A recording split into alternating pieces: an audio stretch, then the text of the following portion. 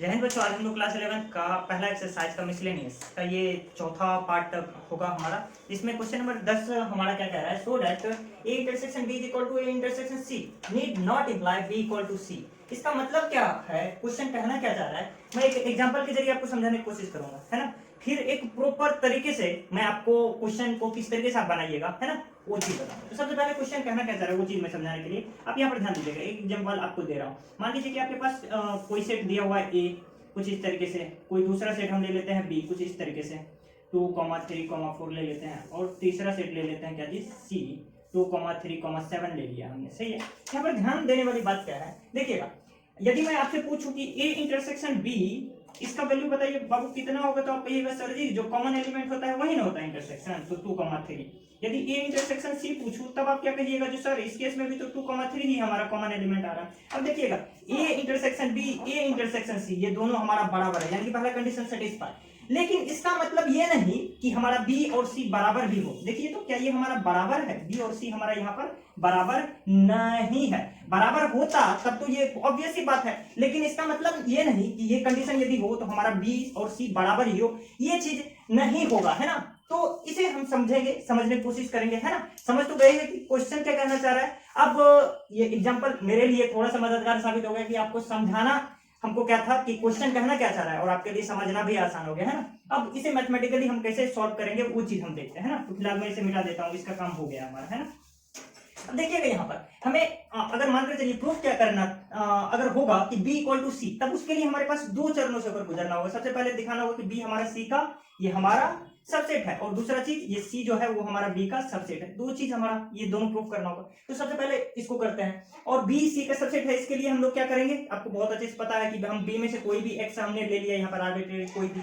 अब देखिएगा हम यदि यहाँ पर क्या कह सकते हैं, देखिएगा समझने की कोशिश कीजिएगा, ये x हमारा सेट बी में है, सही है। अब मैं इसी एलिमेंट x की बात करूं तो कोई भी एक, यदि मैं सेट a की बात करता हूं तो उस सेट a में ये x हमारा या तो हो सकता है या फिर नहीं हो सकता है। दो ही पॉसिबिलिटीज है हमारा। ये जो x है जो हमने b में से लिया है, ये कोई सेट a में या तो हो सकता है या फिर इस सेट a में नहीं हो सकता है, सही है। अब देखते हैं, यदि इन दोनों कंडीशन पर गौर की जाए, यानी कि ऐसा केस जिसमें सेट a में हमारा x हो, तब x हमारा a में भी है एंड b में भी है, यानी कि x हमारा सेट a में भी है एंड b में भी है। समझ में आ रहा है ना, एंड क्यों। या फिर दूसरे कंडीशन की बात की जाए, यानी कि x हमारा a में नहीं है, x b में है लेकिन a में यहाँ पर नहीं, तब उस केस में मैं क्या कह सकता हूँ, यहाँ पर x जो है वो हमारा नहीं मिल रहा है, किसमें, तो a इंटरसेक्शन b, इन दोनों को मिलाकर के लिख रहा हूँ, ये इसमें नहीं मिल रहा है ना। अब देखिएगा क्या कि हमारे पास दिया हुआ a intersection b, a intersection b किसके बराबर है, तो a इंटरसेक्शन c, यानी कि इसकी जगह पर मैं लिख सकता हूँ a इंटरसेक्शन c। या फिर ये जो x है वो हमारा a इंटरसेक्शन c में नहीं मिलेगा, या तो मिलेगा या नहीं मिलेगा। अब देखिएगा इसका मतलब क्या होता है कि x हमारा a में भी है एंड x हमारा c में भी है, सही है। हमें a से तो लेना देना है नहीं, हमें दिखाना क्या है कि b में से जो हमने x लिया है वो हमारा c में मिल रहा है ना। तो हमें तो सिर्फ यहाँ से सिर्फ ये इस पॉइंट पर बात करना है कि x हमारा c में है ना, x हमारा c में है, ये वाला चीज हमारा दे रहा है, काम तो हमारा यहीं पर हो गया। लेकिन इधर देखते हैं, यदि मैं कहूं क्या चीज कि यहां से क्या पता चल रहा है कि x हमारा c में नहीं होगा, कोई दिक्कत तो नहीं समझने में। चलिए देखते हैं क्या मेरा कहने का मतलब क्या हुआ कि मान लीजिए यदि x हमारा c में मिल रहा है, कंडीशन हमने क्या अप्लाई किया कि a इंटरसेक्शन b बराबर है a इंटरसेक्शन c का, ये हमने कंडीशन अप्लाई कर दिया, तब हमारे पास दो रिजल्ट सामने में आए। सही है भाई साहब, दो रिजल्ट सामने में आए।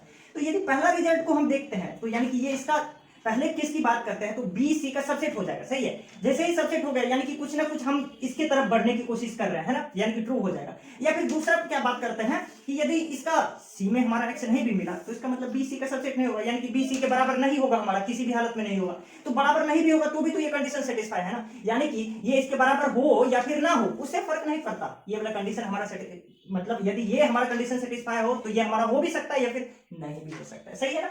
इसी तरीके से इस मतलब हमारा जो दूसरा केस है यहाँ से भी समझने की कोशिश करते हैं। हम कोई भी x ले लेते हैं, कहां से, x नहीं, यहाँ पर हम y ले लेते हैं ना। कहां से ले लिया हमने, c से कोई भी y ले लिया। अब ये y के बारे में यदि बात करूं तो हमारा ये जो y है वो हमारा सेट a में मिल सकता है या फिर ये y हमारा सेट a में नहीं मिल सकता है, कोई दिक्कत। अब इन दोनों को मिला दे तो क्या बात बन के आएगी सामने की x जो है वो हमारा a इंटरसेक्शन c में आ जाएगी, या फिर x मैं बोल रहा हूँ सॉरी y जो है a इंटरसेक्शन c में हमारा नहीं मिलेगा। सही है। अब देखते हैं यहाँ से क्या, फिर से यहाँ पर दिया हुआ a इंटरसेक्शन c बराबर है a इंटरसेक्शन b का, तो यहाँ पर हम बोल सकते हैं ये हमारा a इंटरसेक्शन b में मिलेगा, या फिर y जो है ये हमारा a इंटरसेक्शन b में नहीं मिलेगा। सही है। अब यहाँ से फिर से हमें a से तो लेना देना है नहीं, हमें लेना देना किससे है, y।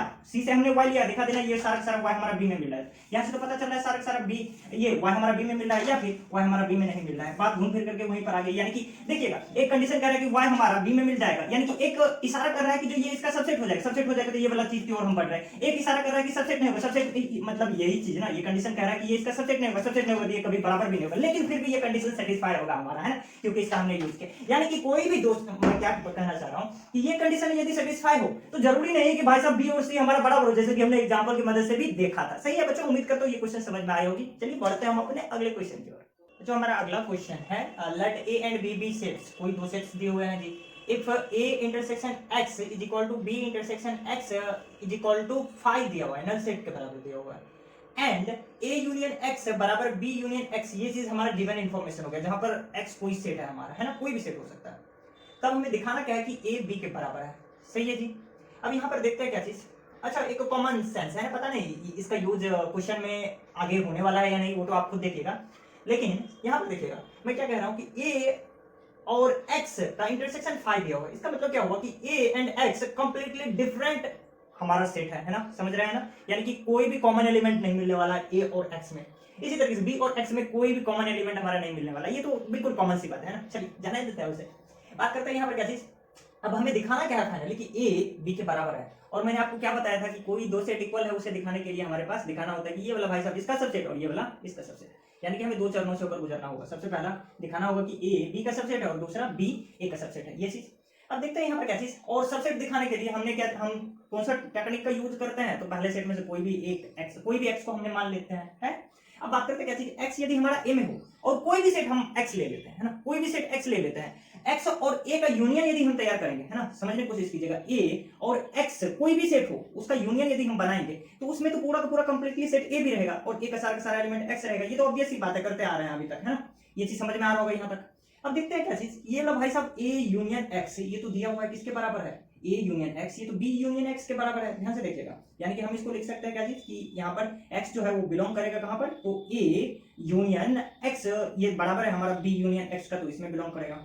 अब यहाँ से हमारे पास क्या समझ में आ रहा है, कहा आ रहा है समझ में कि ये x जो है या तो हमारा b में बिलोंग करेगा, सही है, या फिर ये जो यूनियन का मतलब यही ना, हाँ, तो या फिर x जो है वो हमारा किसमें, ये सेट x में बिलोंग करेगा। सही है वहां से, तो हम तो अपने रिक्वायर्ड रिजल्ट पर यहाँ से पहुंच रहे हैं, है ना, यानी कि कोई भी x हम इससे लिए और ये वाला x जो है हमारा इस सेट b में भी मिल गया, तो हमारा रिजल्ट तो यहाँ पर आ गया। लेकिन इस भाई साहब का क्या कहने का मतलब है कि x हमारा सेट x में बिलोंग करेगा, तो इसे फर्दर हम सॉल्व करते हैं। सबसे पहली चीज, हम अपना रिक्वायर्ड रिजल्ट पर यहीं पर पहुंच गए, इधर एक बार एक नजरिए देखते हैं, या फिर की बात की जा रही है, ये क्या होगा, x यदि x में हमारा यहाँ ये जो x जो है इसमें आ रहा है हमारा, इस भाई साहब x में हमारा बिलोंग्स कर रहा है, सही है, तो मैं क्या पूछ सकता हूं यहाँ पर कि ये जो x है a इंटरसेक्शन x में भी बिलोंग करेगा, क्यों, क्योंकि x तो a में बिलोंग कर ही रहा है और साथ ही साथ x इसमें भी बिलोंग कर रहा है। इसका मतलब क्या होगा कि x जो है वो हमारा a में भी बिलोंग कर रहा है एंड साथ ही साथ x में भी बिलोंग कर रहा है। सही, यहाँ तक समझ में बात आ रही है। अब देखिएगा क्या चीज, ये a इंटरसेक्शन x, इसका वैल्यू क्या दिया भाई साहब 5 है, यानी कि x हमारा किस सेट से बिलोंग कर रहा है, तो 5 नल सेट से बिलोंग कर रहा है, यानी कि ये एक ऐसा सेट है जिसमें हमारा कोई एलिमेंट होगा ही नहीं। देखिएगा x हम क्या कह रहे हैं किसमें है, तो नल सेट। 5 मतलब क्या हुआ, समझने की कोशिश कीजिए, यानी कि एक ऐसा सेट जिसमें कोई एलिमेंट होगा ही नहीं, तो ये x भाई साहब इसमें मिलेगा ही नहीं, यानी कि इस केस में कोई एलिमेंट हमारा इसमें मिल ही नहीं रहा है, तो पॉसिबल ही नहीं होगा, there will be no such x, है ना, ऐसा कोई x मिलने ही वाला नहीं है। अगर इस केस की हम बात करें कि x इसमें हमारा बिलोंग कर रहा है, तो ऐसा कोई x मिलेगा ही नहीं। ऐसा कोई x जब यहाँ नहीं मिलेगा तो हमारा a में भी ऐसा कोई x नहीं मिलेगा, यानी कि इस केस की बात ही नहीं की जाएगी। हमारा इस केस में x हमारा जो रिक्वायर्ड रिजल्ट था ना कि a से हमने कोई x लिया और वो x हमारा b में मिल गया, है ना, तो हमारा काम यहीं पर हो गया। तो यानी कि इससे क्या पता चलता है कि a जो है ये वाला चीज इसका सबसेट है ना, पहला रिजल्ट हमने पा लिया। इसी तरीके से यदि दूसरा पर काम कीजिएगा, है ना, अब कर देता हूँ यार, थोड़ा सा लंबा जाएगा वीडियो लेकिन कर देता हूँ, है ना, तो हम क्या करेंगे, लेट कोई भी हमने y मान लेते हैं पहला सेट b से, सही है, same A to Z ditto copy मारेंगे, है ना, जैसा यहाँ पर गया था वैसा ही भाई साहब यहाँ पर भी करेंगे, है ना। अब देखिएगा ये वाला y जो है ये भाई साहब कहाँ पर मिलेगा, B यूनियन x में भी मिलेगा, क्योंकि B यूनियन x में पूरा का पूरा सारा एलिमेंट B का मिल रहा है हमारा, ठीक ना। अब यहाँ से हमें क्या पता चलता है कि y जो है वो या तो हमारा B में मिलेगा, माफ कीजिएगा यहाँ पर, सॉरी सॉरी सॉरी सॉरी, ये बी यूनियन एक्स ये चीज दिया हुआ है बराबर किसका, तो ए यूनियन एक्स के बराबर है, तो हम यहाँ पर ए यूनियन एक्स भी लिख सकते हैं इसको, है ना। अब यहाँ से क्या पता चल रहा है कि ये वाई जो है हमारा वो ए में मिलेगा, या फिर वाई जो है वो हमारा किस में मिलेगा, एक्स में। तो यहाँ से तो हमारा काम हो ही गया कि बी में से हमने कोई वाई लिया और वो वाला वाई हमारा ए में मिल रहा है ना, यानी कि ये चीज प्रूफ करने के लिए हमारा यहाँ पर सफिशिएंट है ना। लेकिन अगर इस केस की बात की जाए तो फिर से वही बात है, जैसा यहाँ पर निकल करके आया था वही सामने आएगी। देखते हैं कैसे। ये y जो है हमारा, देखिएगा वो b में भी बिलोंग कर रहा है एंड x में भी बिलोंग कर रहा है, इसका मतलब क्या होगा, y बिलोंग करेगा हमारा b में भी, इंटरसेक्शन x में भी, सही है। अब यहाँ से क्या पता चल रहा है हमारे पास कि ये वाला भाई साहब देखिएगा सेम टू सेम, जैसे यहाँ पर था वैसे यहाँ पर करना है, b इंटरसेक्शन x, ये क्या चीज है, b इंटरसेक्शन x, ये तो फाई है वहां से, यानी कि y बिलोंग करेगा किससे, तो फाई। फाई का मतलब क्या होता है, तो ऐसा सेट जिसमें कोई एलिमेंट मिलेगा ही, यानी कि कोई y हमारा इसमें मिलेगा ही नहीं, है ना। इस केस में जब भी हम कहेंगे कि y हमारा x में बिलोंग करेगा भाई साहब, तो हम कहेंगे नहीं जी ऐसा कोई y मिलेगा ही नहीं, है ना। तो यानी कि ये वाला केस हमारा पॉसिबल ही नहीं होगा, है ना। तो हमारे पास ये चीज पर्याप्त है ये कहने के लिए कि b हमारा सबसेट होगा a का। जैसे ही हमने प्रूव कर दिया कि a सबसेट होगा b का और b सबसेट होगा a का, इसका मतलब क्या होता है वहां से, तो इसका मतलब तो ये होता है कि a बराबर b। उम्मीद करता हूँ बच्चों ये क्वेश्चन समझ में आई होगी। बच्चों ये जो क्वेश्चन है ना हमारा 12 नंबर का, इसमें आपको कहा जा रहा है 3 सेट का एग्जांपल देने के लिए, है ना। ये वाला ना आंसर जो है ये वेरी कर सकता है पर्सन टू पर्सन, है ना। मैटर नहीं करता कि आप जो आंसर निकाले या फिर मैं जो आंसर निकालूं वो सेम ही आएगा, है ना। लेकिन बिल्कुल पहले देखते क्वेश्चन क्या कह रहा है, मैं बाद में अपना ये जो फिलॉसफी दे रहा हूँ वो समझिएगा। चलिए कह रहा है कि 3 सेट हमें ABC फाइंड करना है जो कि कुछ इस प्रकार का कंडीशन सेटिस्फाई करती है ना, सच दैट कुछ इस प्रकार से हो कि यदि A इंटरसेक्शन B निकाले, B इंटरसेक्शन C निकाले और A इंटरसेक्शन C निकाले, तो वो सब हमारा नॉन एम्प्टी सेट होना चाहिए। समझ पा रहे हैं ना मेरी बातों को, यानी कि उसमें कुछ ना कुछ एलिमेंट हमारा होना चाहिए, कॉमन एलिमेंट होना चाहिए इन सब में, है ना। कोई भी सेट हमारा एम्प्टी नहीं होना चाहिए यहाँ तक। साथ ही साथ कि सेट A सेट B और सेट C का यदि इंटरसेक्शन निकालेंगे तो वो 5 होना चाहिए, यानी कि सेट A सेट B और सेट C में कोई भी हमारा कॉमन एलिमेंट नहीं होना चाहिए। तो दे देते हैं यार एग्जांपल, है ना। जैसे कि मैं एक एग्जांपल दे रहा हूँ, है ना। यहाँ से मैं A B ले लिया, है ना, सेट A यहाँ पर, और उसके बाद सेट B में दे रहा हूँ आपको क्या चीज है, B कॉमा C दे देता हूँ, है ना, और C दे देता हूँ क्या चीज यहाँ पर A कॉमा C दे देता हूँ, सही। अब देखिए यहाँ पर ये जो मैं सेट दिया हूँ क्या ये सब कंडीशन को सेटिस्फाई कर रहा है भाई साहब। हमको A इंटरसेक्शन B बताइएगा, A इंटरसेक्शन B, तो जो दोनों में कॉमन हो, क्या कॉमन है भाई साहब, तो B कॉमन है, सही है। यहाँ पर यदि मैं पूछूं आपसे कि B इंटरसेक्शन C बताइएगा, ये B है, वहां से B है, क्या है, B इंटरसेक्शन C, क्या आ जाएगा यहाँ पर, B और C में कॉमन एलिमेंट कौन सा है, C है। इसी तरीके से A और C का यदि कॉमन एलिमेंट यदि मैं पूछूं तो आप क्या कहिएगा, जो सर जी ये तो A है। अब यहाँ से क्या पता चल रहा है कि ये वाला सेट, ये वाला सेट और ये वाला सेट, ये तीनों का तीनों सेट हमारा नॉन एम्प्टी है, यानी कि कुछ ना कुछ एलिमेंट है, यानी कि पहला कंडीशन हमारा सेटिस्फाइड, सही है।